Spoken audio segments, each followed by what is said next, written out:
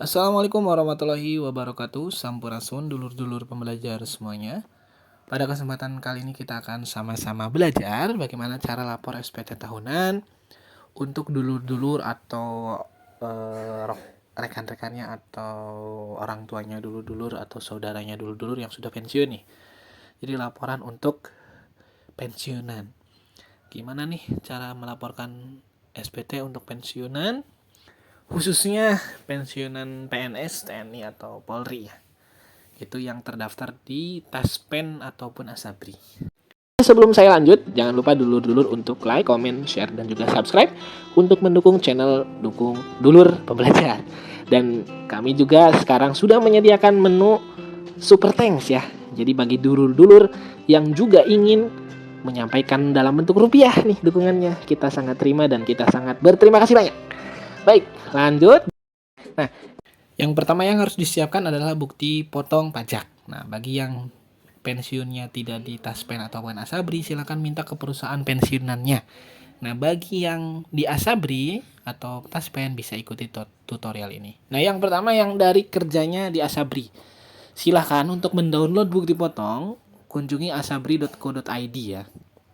asabri.co.id, nanti akan muncul tampilan seperti ini.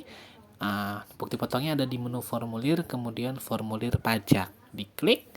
Nah, di sini kita akan diminta masukkan tahun yang mau kita download bukti potongnya serta masukkan NIP atau NRP.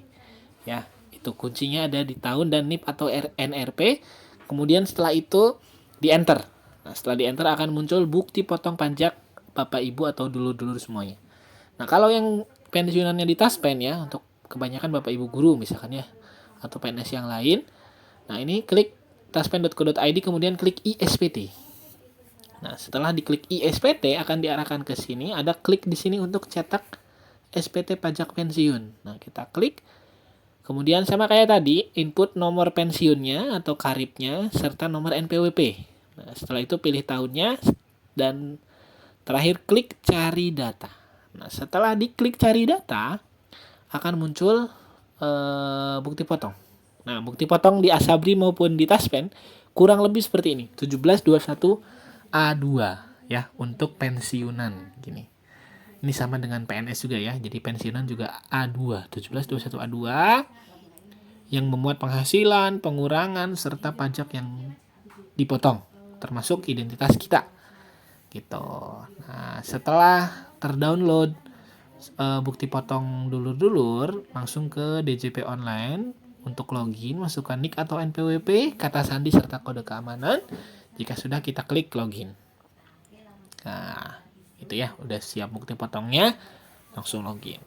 Nah, setelah itu kita akan diarahkan ke menu informasi seperti biasa. Nah, dan untuk laporan kita tinggal klik lapor, kemudian scroll ke bawah karena Bapak Ibu pensiunan atau dulur-dulur pensiunan, nah kita klik e-filing. Kita klik e-filing, nah kemudian akan diarahkan ke sini, terus kemudian kita klik buat SPT. Setelah itu kita jawab pertanyaannya. Apakah Anda menjalankan usaha karena hanya dari pensiunan saja? Kita klik tidak. Kemudian apakah Anda seorang suami atau istri yang menjalankan kewajiban pajak terpisah atau pisah harta? Kita jawab tidak. Apakah penghasilan bruto yang Anda peroleh selama setahun kurang dari 60 juta rupiah? Nah, ini cara jawabnya. Dulur-dulur silahkan cek bukti potong yang sudah di-download tadi ya. Nah, dicek di poin nomor 11, jumlah penghasilan bruto. Nah, di jumlah penghasilan bruto ini dicek berapa tuh, apakah di atas 60 juta atau kurang dari 60 juta gitu. Jadi untuk menjawab pertanyaan di DJP online tadi, misalkan di bawah 60 kita jawab iya, kalau di atas 60 ya kita jawab tidak gitu ya, tergantung jawabannya. Nah, misalkan kita jawab iya aja ya. Jadi penghasilan pensiunannya di bawah 60 juta rupiah. Kita klik SPT-nya 1770 SS. Kemudian, nah, isi data formulir. Pilih tahun pajak yang akan kita laporkan.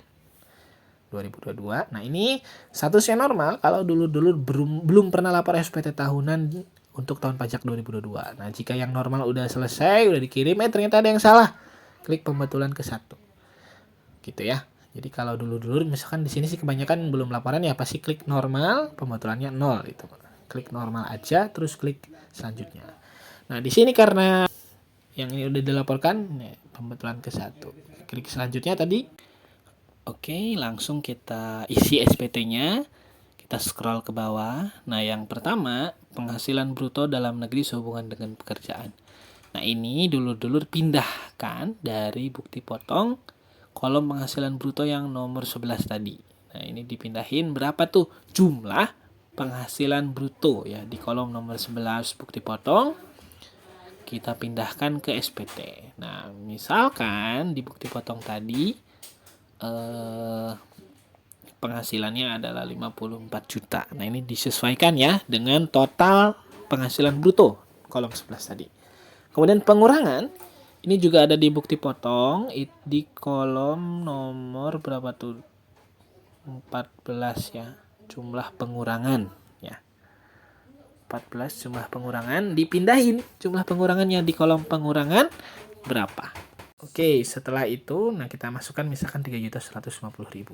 Penghasilan tidak kena pajak. Nah, ini PTKP sesuai dengan status kita. Apakah sudah menikah atau belum menikah? Kalau sudah menikah ya K, berapa tanggungannya? Kalau 00. Nah, di sini juga ada di bukti potong di kolom ini nih, status atau jumlah tanggungan untuk PTKP. Nah, ini dilihat ya di SPT-nya, di bukti potongnya statusnya apa.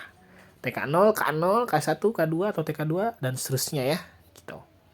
Oke, jika sudah nanti akan otomatis PKP-nya berapa, nanti dicocokkan dengan yang di bukti potong. Kalau di bawah berarti nggak ada pajak yang dipotong tadi ya, karena masih di bawah PTKP. Selanjutnya ini ada pengenaan PPh final dan dikecualikan. Nah, ini kalau ada saja ya dimasukkan, kalau nggak ada dikosongkan. Terakhir adalah daftar harta dan kewajiban. Nah, ini jumlah keseluruhan harta yang dimiliki pada akhir tahun pajak. Ini di total ya, rumah, motor, mobil semuanya dalam rupiah yang dimiliki dalam bentuk harta ya. Misalkan di sini 200 juta. Terakhir jumlah keseluruhan utang pada akhir tahun pajak berapa?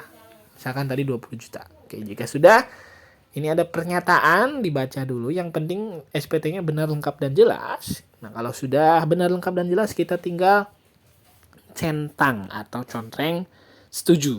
Jika sudah, klik selanjutnya. Nah, ini adalah step terakhir, yaitu kirim SPT. Kita ambil kode verifikasi dengan klik di sini, kemudian kita kirim ke email. Kemudian oke. Nah, setelah itu akan ada kode verifikasi ke email kita di kotak masuk ya. Nah, kalau belum ada di refresh, kalau ada ini ada kode verifikasinya, kita kopikan, kemudian masukkan ke kotak kode verifikasi tadi. Setelah itu dulur-dulur tinggal klik kirim SPT dan nanti ada akan keterangan sukses. Nah, setelah itu akan ada bukti penerimaan elektronik kalau dulur-dulur sudah lapor ke email kotak masuk dulur-dulur yang menandakan kalau dulur-dulur sudah lapor SPT tahunan.